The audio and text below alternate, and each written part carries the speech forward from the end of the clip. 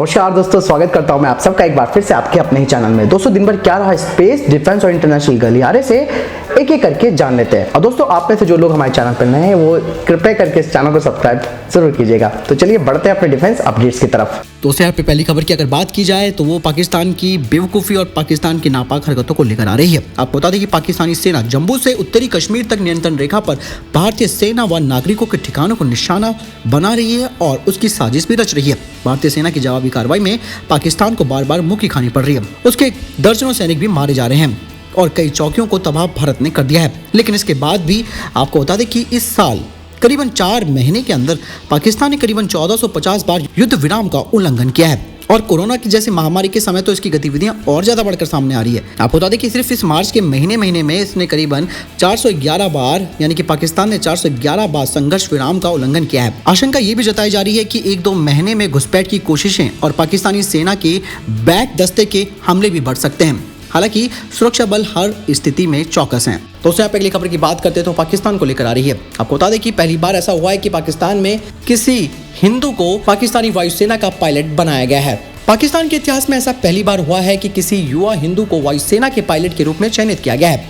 राहुल देव नाम का ये युवा पाकिस्तानी वायुसेना में जीडी यानी कि जनरल ड्यूटी पायलट अफसर के पद पर भर्ती हुआ है। पाकिस्तानी मीडिया में इस खबर की जानकारी दी गई है। राहुल देव सिंध प्रांत के सबसे बड़े जिले थरपारकर के रहने वाले हैं। पाकिस्तान में थरपारकर वही जगह है जहां हिंदू समुदाय की बड़ी संख्या रहती है, लेकिन विकास से वंचित इस इलाके के राहुल पाकिस्तानी वायुसेना में पहुंचने वाले पहले व्यक्ति हैं। ऑल पाकिस्तान हिंदू पंचायत के सचिव रवि दवानी ने राहुल की नियुक्ति पर खुशी जताई। उन्होंने कहा कि अल्पसंख्यक समाज के कई सदस्य सिविल सेवा के साथ साथ सेना के अन्य अंगों में भी सेवाएं दे रहे हैं। विशेष रूप से देश के कई बड़े बड़े डॉक्टर्स हिंदू समुदाय से ही हैं। यानी कि दोस्तों पाकिस्तान में ये हम समझ सकते हैं कि थोड़ा जो अल्पसंख्यक है वहाँ पर जो हिंदू समुदाय है उनमें से ही राहुल देव सामने उभर कर आए और उसको यहाँ पर वायुसेना का पायलट बनने की एक आप ये समझ सकते हैं कि मौका मिला है। हालांकि ऐसा पाकिस्तान का कोई मंशा नहीं रहती है, वहाँ अल्पसंख्यक के ऊपर वैसे भी अन्याय होता रहता है, लेकिन फिर भी ये खबर हमारे लिए एक बहुत अच्छी बात है कि वहाँ पर जो हमारे हिंदू भाई बहन रह रहे हैं उनके लिए ये एक मोटिव दे सकता है। बाकी आपका क्या कहना है इस बारे में आप जरूर मुझे कमेंट सेक्शन में लिख कर बता सकते हैं।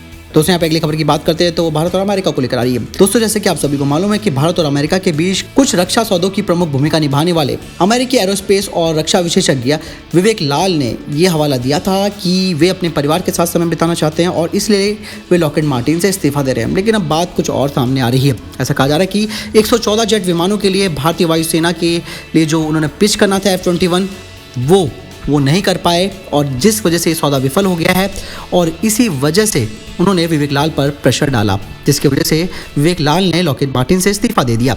आपको बता दें कि यही नहीं, डॉक्टर लाल ने लॉकहीड मार्टिन के लिए भारतीय नौसेना के लिए 24 MS-60 रोमियो हेलीकॉप्टर्स के लिए बड़ा सौदा हासिल किया था। इसके अतिरिक्त C-130J टैक्टिकल ट्रांसपोर्ट के लिए भी भारतीय वायुसेना की संभावनाओं को भी व्यक्त किया था, लेकिन उनके ऊपर दबाव था ये MMRCA 2.0 को लेकर। दोस्तों जैसे कि आप सभी को मालूम है कि F-21 को भारत नहीं लेना चाहता है और ना ही वो भारत के हिसाब से बिल्कुल फिट बैठता है। इसी वजह से भारत ने कई तकनीकी कारणों की वजह से इसको एक तरह से आप कह सकते हैं कि खारिज कर दिया था। लॉकहीड मार्टिन की जो प्रतिद्वंदी है बोइंग द्वारा F-15EX का प्रस्ताव भारत के लिए आया और जिसने एक तरह से और ज़्यादा कंपटीशन कर दिया था लॉकहीड मार्टिन के लिए। लेकिन अब लॉकहीड मार्टिन ने अपने F-35A को पेश करने का विचार कर रहा है, लेकिन इसमें जो टेक्नोलॉजी ऑफ ट्रांसफर होगा वो काफ़ी लिमिटेड होगा और साथ ही विमान के लिए जो स्थानीय असेंबली का अधिकार होगा उसमें भी कई सारी पाबंदियां होंगी।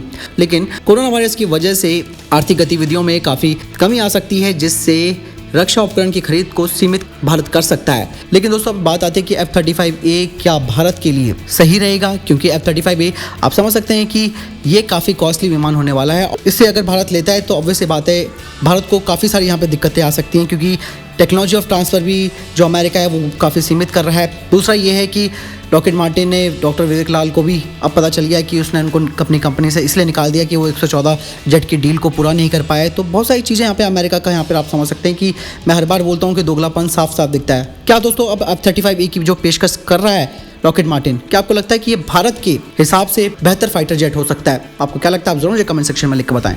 दोस्तों यहाँ पे अगली खबर की बात करते हैं तो वो ITBP को लेकर आ रही है। आपको बता दें कि एक बार फिर से परेशानी हो चुकी है ITBP के जवानों के साथ।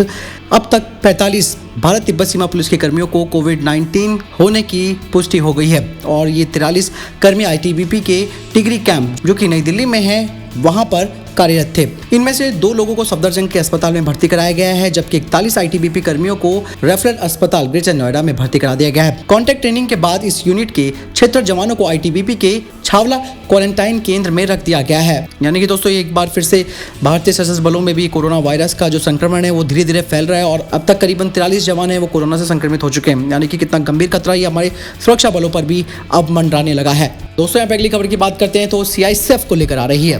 कोरोना वायरस महामारी के विरुद्ध जंग लड़ने को लेकर केंद्रीय औद्योगिक सुरक्षा बल यानी कि सीआईएसएफ के 1.62 लाख से अधिक बल कर्मियों ने राष्ट्र की जिम्मेदारी के प्रति अपनी प्रतिबद्धता और अपने दृष्टिकोण को रखते हुए अपना 1 दिन का वेतन प्रधानमंत्री केयर फंड में दान दिया है। 4 मई को राजेश रंजन जो महानिदेशक है सीआईएसएफ के, उन्होंने केंद्रीय मंत्री अमित शाह को करीबन 16,23,82,357 रुपए का एक चेक दिया, जो सीआईएसएफ कर्मियों के 1 दिन के वेतन के बराबर है। यानी कि दोस्तों इस गंभीर समस्या के दौरान सीआईएसएफ के जवानों ने भी अपनी 1 दिन की सैलरी देश के नाम समर्पित की है।